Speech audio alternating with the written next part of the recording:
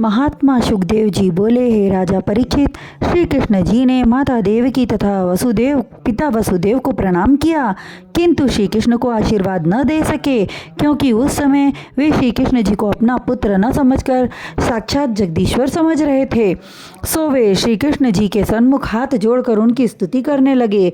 हे भगवान, आप साक्षात श्री नारायण हैं, हम आपको प्रणाम करते हैं। आपकी कृपा से ही प्राणी चलायमान हैं, सृष्टि के संचालक आप हैं। उन्हें इस प्रकार स्तुति करते देखकर श्री कृष्ण जी जान गए कि ये मुझे अपना पुत्र नहीं समझ रहे हैं। तब उन्होंने अपनी योग माया के द्वारा उन्हें माया मोह के वशीभूत कर दिया। वसुदेव तथा देवकी पर योग माया का प्रभाव होते ही उनके हृदय में वात्सल्य प्रेम का प्रादुर्भाव हो गया और प्रेम पूर्वक अपनी गोद में लेकर श्री कृष्ण ने मस्तक को चूम कर कहने लगे, हे पुत्र, तुम 12 वर्षों तक मुझसे दूर रहे। इन 12 वर्षों के समय को हमने बड़ी कठिनता से बिताया है। हे पुत्र, अब मुझे छोड़कर कहीं मत जाना। उनके वचनों को सुनकर मोहनी मुस्कान बिखेरते हुए मुरलीधर कहने लगे, हे पूज्य माता पिताजी, मेरे कारण कंस ने तुम्हें बहुत दुख दिया। यह मेरा दुर्भाग्य ही है पिताजी। पिताजी ने मुझे गोकुल नंद बाबा के घर पहुंचा दिया। मैं उन्हें ही अपना वास्तविक पिता और यशोदा मैया को सगी माँ समझता रहा। जब मुझे ज्ञान हुआ कि मैं तुम्हारा पुत्र हूँ, तब मुझे अत्यधिक चिंता हुई कि मेरे कारण तुम्हें दुख मिल रहा है। अंत में मैं यहाँ चला आया। मैं आज तक अपने माता पिता की सेवा न कर सका, तुम्हारे चरणों से दूर रहा। हे माता, हे पिता, मुझे क्षमा करो। हे परीक्षित, श्री कृष्ण जी के इस प्रकार कहने पर वसुदेव तथा देवकी अत्यंत भाव विभोर होकर उनके कपोलों को बारंबार चूमने लगे। वर्षों का प्रेम उमड़कर बरसने लगा। तत्पश्चात वे पुनः कहने लगे, अब मैं सदैव तुम्हारे चरणों में रहकर तुम्हारी सेवा करूंगा। यदि मैं जन्म जन्मांतर तक तुम्हारी सेवा करता रहूं, फिर भी तुम्हारे मातृ एवं पितृ ऋण से उऋण न हो सकूंगा। कृष्ण को प्यार दुलार करने के उपरांत वसुदेव ने 10,000 गौएं ब्राह्मणों को दान स्वरूप दिया, जिसका संकल्प उन्होंने श्री कृष्णचंद्र जी के जन्म के समय किया था।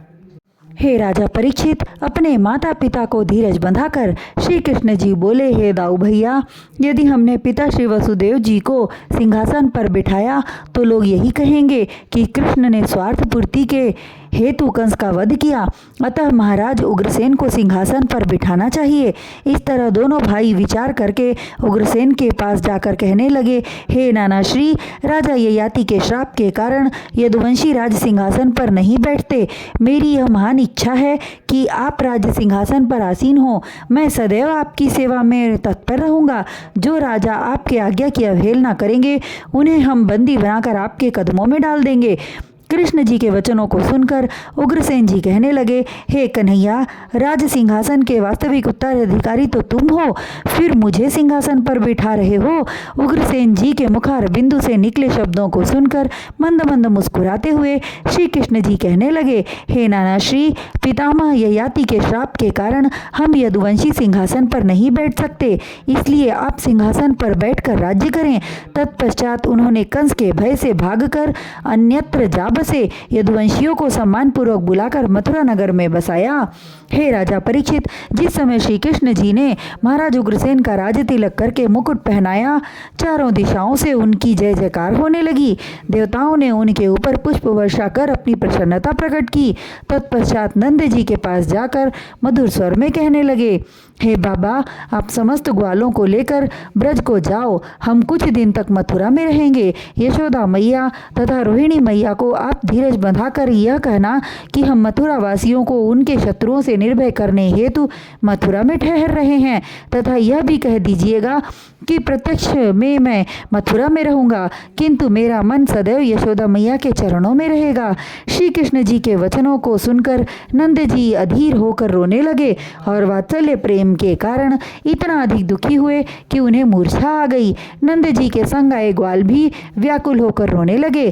तब श्री कृष्ण जी पुनः नंदराय जी को समझाते हुए कहने लगे, हे बाबा, जब आप ही इतने अधीर हो रहे हैं तो मैया को किस तरह धीरज बंधाएंगे। इस प्रकार मधुर वचनों का प्रयोग करके कन्हैया एवं बलराम जी ने उन्हें विदा किया।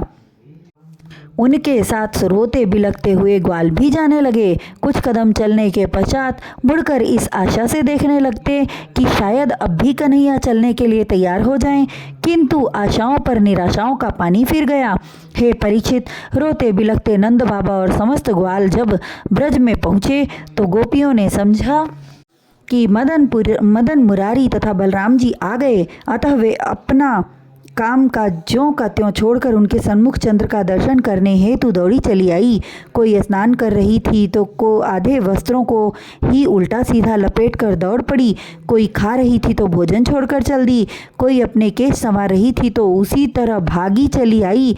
किंतु ग्वालों के बीच श्याम सुंदर को न पाकर वे बावली होकर पूछने लगी, हमारे श्याम सुंदर प्यारे कहाँ हैं?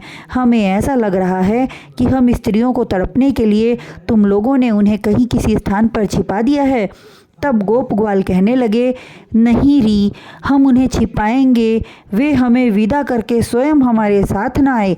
गोपियाँ जिस घड़ी ग्वालों से पूछ रही थी, उसी समय ग्राम वासियों के आगमन पर का समाचार पाकर यशोदा और रोहिणी दौड़ पड़ी। जिस तरह बछड़ों को घर छोड़कर गायें दिन भर चरने के लिए वन जाती हैं और संध्या के समय वापस लौटते समय गांव के निकट पहुँचने ही बड़े जोर से रंभाने लगती हैं और बछड़ों को पाकर चाटने लगती हैं, वह दशा उन माताओं का हो रहा था। किंतु उनके बछड़े कहीं दिखाई न दे रहे थे, जिससे वे अत्यंत व्याकुल होने लगी और कहने लगी, अरे तुम मेरे अनमोल रत्नों को कहाँ छोड़ आए? मैं उसी समय कहती थी कि तुम मेरे बालकों को मथुरा मत ले जाओ, किंतु मेरे माना करने पर भी नहीं माने। कहाँ है मेरी आंख के तारे? हे राजन, यशोदा के वचनों को सुनकर नंदराय जी अपनी आंखों को नीचे कर लिए और बिलखते हुए कहने लगे, मैं उन्हें अपने संग कदापि न ले जाता। तब यशोदा जी रोती हुई कहने लगी कि क्या मेरे कन्हैया ने आते समय मेरे लिए आपसे कोई संदेश भेजा है अथवा निर्दयी बनकर मुंह फेर लिया? नंद जी रोते हुए हिचकियों के मध्य सिर हिलाकर हाँ कहते हुए कहने लगे, उन्होंने कहा था कि हमारी माताओं को जाकर समझा देना कि हमारे लिए चिंता न करें, हम कुछ दिनों के पश्चात पुनः नंदगांव में आएंगे। कन्हैया का संदेश सुनकर अत्यंत व्याकुल होती हुई यशोदा जी कहने लगी कि अब वहाँ मेरे कन्हैया को कौन माखन रोटी खिलाएगा? जब वे मैया मैया कहकर दौड़ते हुए बाहर से आएंगे तो कौन उनके लिए दही मिश्री और भात का कलेवा कराएगी?